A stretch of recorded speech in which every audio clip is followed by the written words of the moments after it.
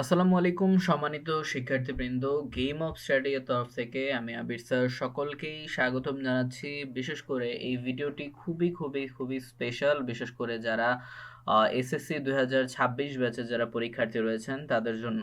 আর আশা করি থাম্বনেল দেখে বা ইনফরমেশন দেখে আপনারা বুঝে গিয়েছেন মূলত আমি কি নিয়ে কথা বলতেছি। তো মোটামুটি এটা নিয়ে ঘোষণা কিন্তু অলরেডি চলে এসেছে যে আপনাদের এসএসসি 26-এর যে পরীক্ষাটা সেটা কিন্তু শর্ট সিলেবাসের উপরে হবে। তো আমি খুবই গুরুত্বপূর্ণ বিষয় গণিত নিয়ে কথা বলবো। অর্থাৎ যদি শর্ট সিলেবাস হয় তাহলে শর্ট সিলেবাসে গণিতের কি চ্যাপ্টারগুলো থাকতে পারে, অর্থাৎ কি অধ্যায়গুলো আপনাদের সম্ভাব্য চ্যাপ্টারগুলো নিয়ে একটু আলোচনা করব, যেগুলো আপনাদের অবশ্যই প্রিপারেশন নেওয়া উচিত।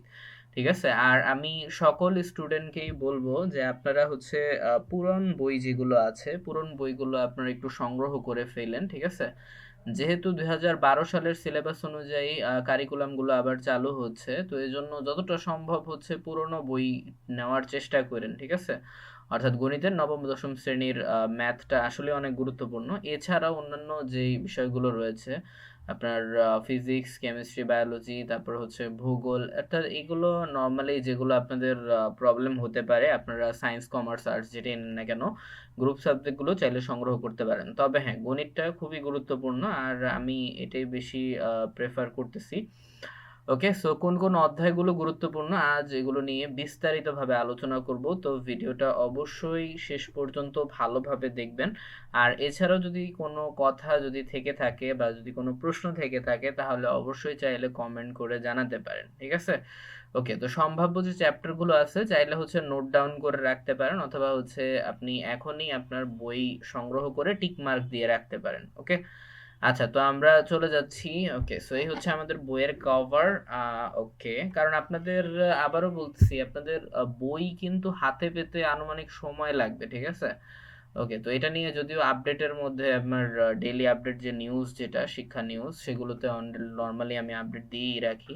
তো আপনাদের বইগুলো হাতে পেতে আনুমানিক 2 থেকে 3 মাসের মতো সময় লাগবে। ঠিক আছে? ফেব্রুয়ারিতেও পাওয়ার সম্ভাবনা কিন্তু খুবই কম। ওকে, তো এই জন্য আপনারা পুরোনো বইগুলো হচ্ছে সংগ্রহ করে ফেলেন, এটা সবচেয়ে বেশি ভালো হয়। ওকে, সো এখন আমরা একটু চ্যাপ্টার ওয়াইজে যাই, যেগুলো অধ্যায় খুব বেশি গুরুত্বপূর্ণ সেগুলো নিয়েই মূলত আলোচনা করব। ওকে, তো এই হচ্ছে আমাদের সূচিপত্র।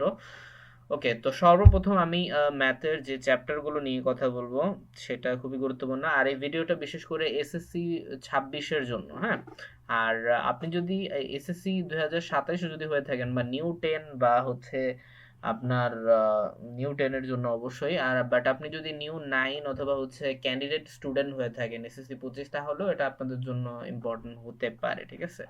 বিশেষ করে নিউ 9 নিউ 10 দুইজনের জন্যই কিন্তু ইম্পর্টেন্ট আছে ভিডিওটা। ওকে, ওকে, কারণ নিউ 9 এর তো প্রথম দিকে তো সিলেবাস এত বেশি বড় না, তো চাইলে আমার এই ইয়াটা হচ্ছে আপনারা চাইলে ফলো করতে পারেন। ওকে, আচ্ছা, তো যাই হোক, সর্বপ্রথম আমি এখানে যে অধ্যায়টা রাখবো সেটা হচ্ছে অধ্যায় 2। ঠিক আছে? এটা খুবই গুরুত্বপূর্ণ একটা অধ্যায়। ওকে, যেটা হচ্ছে সেট ও ফাংশন। এটা তুলনামূলক হচ্ছে ইজি আছে এই ম্যাথের যে চ্যাপ্টার গুলো, অর্থাৎ 21 পৃষ্ঠায় যেটা। ওকে, তো সেট ও ফাংশন আমার পছন্দের তালিকায় রয়েছে, আর এটা এমনি এটা নর্মালি এই অধ্যায়টা আসলে অনেক গুরুত্বপূর্ণ, বিশেষ করে এসএসসি পরীক্ষা থেকে শুরু করে আপনার কি বলে নরমালি অধ্যায় ভিত্তিক পরীক্ষা, সিটি পরীক্ষা, টেস্ট, প্রি টেস্ট, এগুলো সকল পরীক্ষার জন্যই কিন্তু এই দ্বিতীয় অধ্যায়টা অনেক বেশি গুরুত্বপূর্ণ। আচ্ছা, এরপরে আসতেছে হচ্ছে তৃতীয় অধ্যায়। ঠিক আছে? এখন তৃতীয় অধ্যায়টা হচ্ছে বীজগাণিতিক রাশি। ওকে, বীজগাণিতিক রাশি। এখন বীজগাণিতিক রাশিটাও, হ্যাঁ, এটাও গুরুত্বপূর্ণ, বাট হ্যাঁ, আপনি চাইলে এই 2 এবং 3 অধ্যায় থেকে হচ্ছে ফার্স্টে শুরু করতে পারেন। ঠিক আছে? 2 অধ্যায়টা খুবই সহজই আছে। ওকে, কারণ হচ্ছে আপনি যদি এখন থেকে যদি স্টার্ট করেন, বিশেষ করে নিউ 10 এর যারা রয়েছেন, যারা নতুন কারিকুলামে ছিলেন, তাদের জন্য এই বিষয়গুলো অনেক গুরুত্বপূর্ণ। কারণ তাহলে আশা করি আপনারা অন্যদের থেকেও অনেক আগায় থাকবেন নিজেতে। ঠিক আছে? ওকে, অর্থাৎ সেট ও ফাংশন, এরপর 3 হচ্ছে বীজগাণিতিক রাশি। দুইটা অধ্যায় অনেক গুরুত্বপূর্ণ। তো এটা মানে বিগিনিং হিসাবে এটা কিন্তু অনেক ভালো। ঠিক আছে? আচ্ছা, এবারে আসি একটু তুলনামূলক অনেক স্টুডেন্টের কিন্তু এই অধ্যায়টা অনেক কঠিন লাগে। তবে হ্যাঁ, আপনি যদি সূত্রগুলো ভালোভাবে যদি আয়ত্ত করতে পারেন, বিশেষ করে সূচকেরটা, তাহলে হচ্ছে আর এই অধ্যায়টা কঠিন লাগার কোনো কথা না। তো সূচক ও লগারিদম 4 নাম্বার আমি ইয়াতে রাখবো, 4 অধ্যায়টা, এটা খুবই গুরুত্বপূর্ণ। তো 3টা খুব অধ্যায় কিন্তু আমার রেকমেন্ডেড থাকবে। দ্বিতীয় অধ্যায়, তৃতীয় এবং হচ্ছে চতুর্থ, অর্থাৎ সেট অফ ফাংশন, বীজগাণিতিক রাশি এবং হচ্ছে সূচক ও লগারিদম। ওকে, ওকে, সো এই হচ্ছে আমার ফার্স্ট 3 অধ্যায়। তো বীজগণিতের জন্য আমি হচ্ছে এটাই দিচ্ছি। এরপরে জাস্ট আর একটা অধ্যায় আছে, সমস্যা নেই, আমরা পরে আসবো এখানে। এবার একটু আসতেছি আমরা জ্যামিতিতে। জ্যামিতির জন্য বেশি না, আমি জাস্ট 2টা অধ্যায় দিব। 2টা অধ্যায় ভালোভাবে যাতে যদি আপনি করতে পারেন, তাহলে এটা আপনার জন্য অনেক কি বলে প্রেফারেবল হবে, ঠিক আছে? যেটা আমি প্রথম আমার জ্যামিতির হিসেবে আমি যে অধ্যায়টা আমি দিব সেটা হচ্ছে এই যে অধ্যায় 7। অধ্যায় 7 দিব, যেটা হচ্ছে কি ব্যবহারিক জ্যামিতি। হ্যাঁ, ব্যবহারিক জ্যামিতিটা আসলেই অনেক গুরুত্বপূর্ণ। আপনি 9-10 এর যেই লেভেলেরই স্টুডেন্ট হন না কেন, অথবা হচ্ছে যেই বোর্ডেরই স্টুডেন্ট হন না কেন, এখান থেকে কিন্তু একটা সৃজনশীল কিন্তু থাকে, ঠিক আছে? বেশিরভাগ বোর্ডেই কিন্তু। হ্যাঁ, আপনি যদি টেস্ট পেপারও যদি দেখেন তাহলে কিন্তু বুঝতে পারবেন আমি কেন এই কথাটা বারবার বলতেছি। আর ব্যবহারিক জ্যামিতি অধ্যায়টা আসলে অনেক গুরুত্বপূর্ণ। আর তেমনি অন্যান্য জ্যামিতির অধ্যায় থেকে এই 7 অধ্যায়টা খুব বেশি তুলনামূলক সহজ অন্যান্য অধ্যায় থেকে, ঠিক আছে?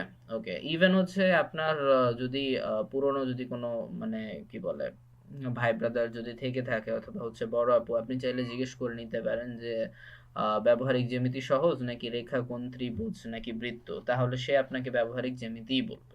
ওকে, কারণ এখানে সম্পাদ্য রিলেটেড বিষয়গুলো বেশি আছে। ওকে, আচ্ছা, তো এবারে 7 অধ্যায় শেষ করার পর, ব্যবহারিক জ্যামিতির পর আমি যে অধ্যায়টা দিচ্ছি সেটা আসলে অনেক ইম্পর্টেন্ট। এখান থেকে নর্মালি প্রশ্ন আসে। অনেক বোর্ডে এরকম আছে যে একটা না 2টাও আসে, আবার কোনো কোনো বোর্ডে 3টা জ্যামিতি থেকে 3টাই কিন্তু আসে এই বৃত্ত থেকে, ঠিক আছে?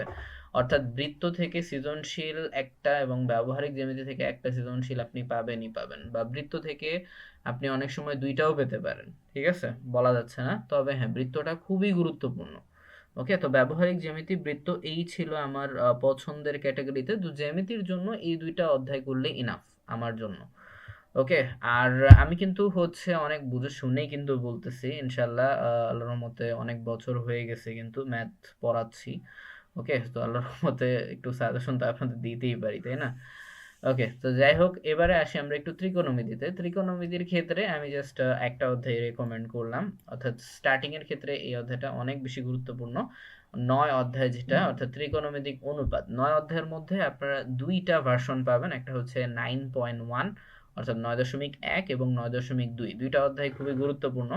2টা অধ্যায় খুব ভালোভাবে করবেন আপনারা। হ্যাঁ, আর ত্রিকোণমিতির ব্যাপারটা আমি normally MCQ, math MCQ class নেওয়ার সময় বলি যে ত্রিকোণমিতির ব্যাপারটা হচ্ছে শুরুর দিকে আপনাকে একটু কঠিন লাগতে পারে। আপনি যদি সূত্রগুলো যদি আয়ত্ত করতে পারেন, আমি আবার বলতেছি, যদি সূত্র আয়ত্ত করতে পারেন ত্রিকোণমিতির, তাহলে ত্রিকোণমিতি আপনার কাছে কোনো ম্যাথই মনে হবে না, যেটা সত্যি কথা।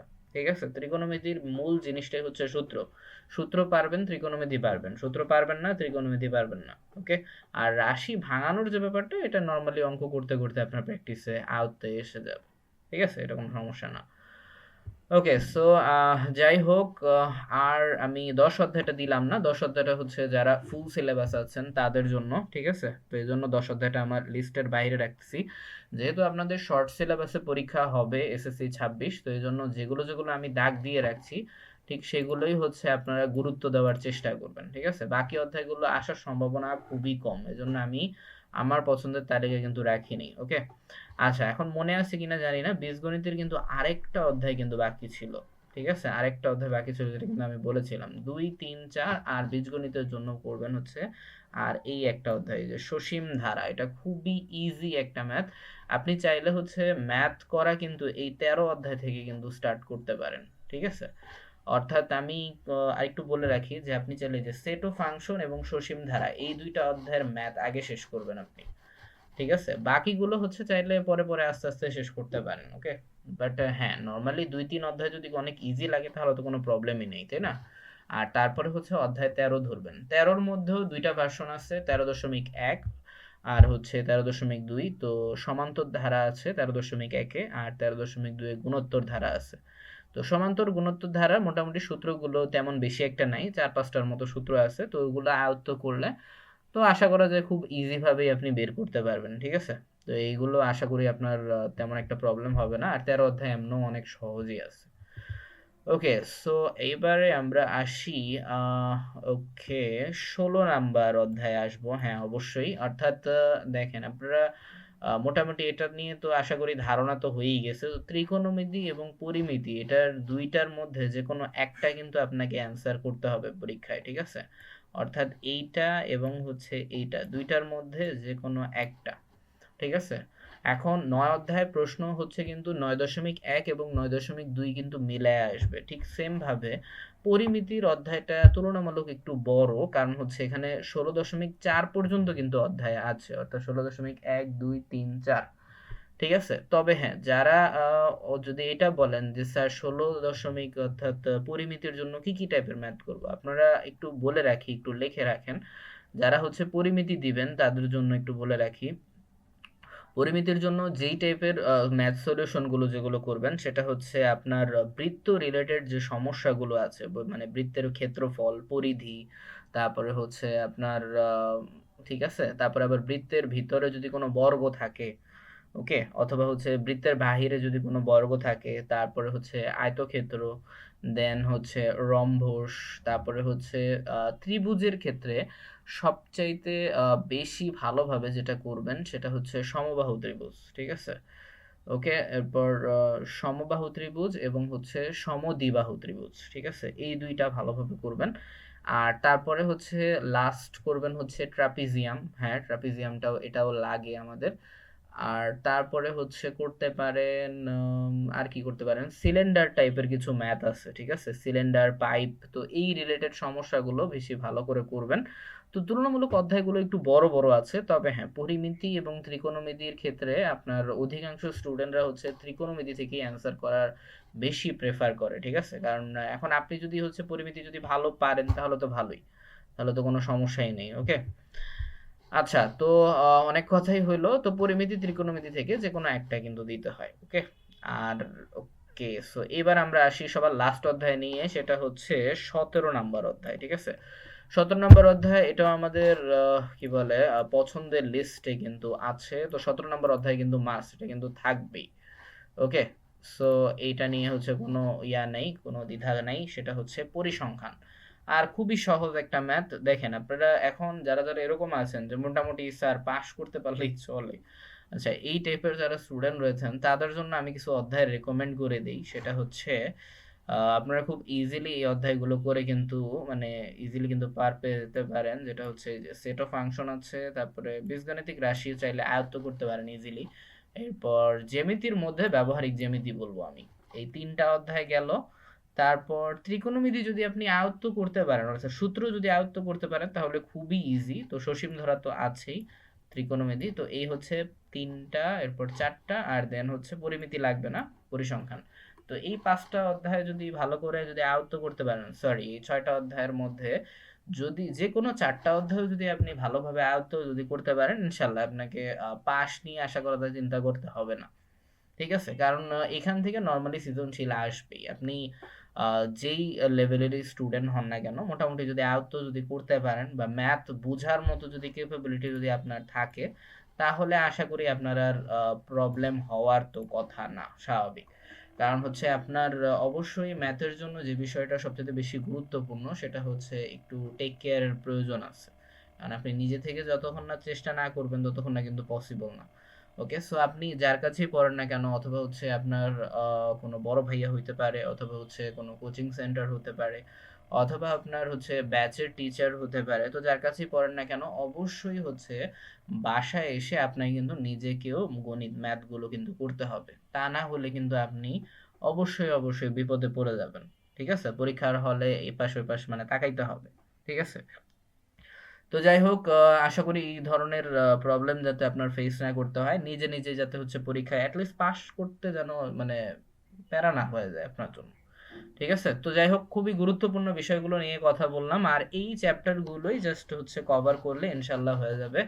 তো শর্ট সিলেবাসের মধ্যে এগুলোই থাকার সম্ভাবনা সবচাইতে বেশি। ওকে, তো যারা যারা হচ্ছে ক্লাস 10-এ উঠেছেন তাদের জন্য খুবই গুরুত্বপূর্ণ যে বই নিয়ে আপনারা বই যেখান থেকে পারেন সহজ ভাষায় সহজে আপনারা সংগ্রহ করে অথবা হচ্ছে আপনারা চাইলে পুরনো বই নিতেও পারেন, অনেক জায়গায় কিন্তু বিক্রিও করে, অথবা আপনার পরিচিত কেউর সাথে সংগ্রহ করতে পারেন, ঠিক আছে? অর্থাৎ আগের বড় ভাইয়া বা বড় আপু যারা অলরেডি 9-10 মাত্র পাস করেছে বা 10 মাত্র শেষ করেছে, তাদের কাছেও চাইলে হয়তো হইতে পারে, ঠিক আছে? তো একটু পুরন বইটা সংগ্রহ করে এখন থেকে একটু স্টার্ট করেন, কারণ অলরেডি আপনারা অনেক পিছিয়ে আছেন, ঠিক আছে? কারণ আপনাদেরও কিন্তু টেস্ট, প্রি টেস্ট এগুলো কিন্তু দিতে হবে। ওকে, সো এই বিষয়গুলো মাথায় রাখবেন। আর শুভকামনা রইল সকল 9-10 এবং হচ্ছে ক্যান্ডিডেট পরীক্ষার্থীদের জন্য। ওকে, সো ভিডিও থেকে যদি সামান্যটুকু যদি উপকৃত হয়ে থাকেন তাহলে অবশ্যই চ্যানেলটিকে সাবস্ক্রাইব করতে ভুলবেন না এই ধরনেরই গুরুত্বপূর্ণ ভিডিও পেতে। ইনশাল্লাহ আমি আবির স্যার আপনাদের সাথে থাকবো ততদিন, ইনশাল্লাহ আল্লাহ বাঁচিয়ে রাখছেন আমারে। ওকে।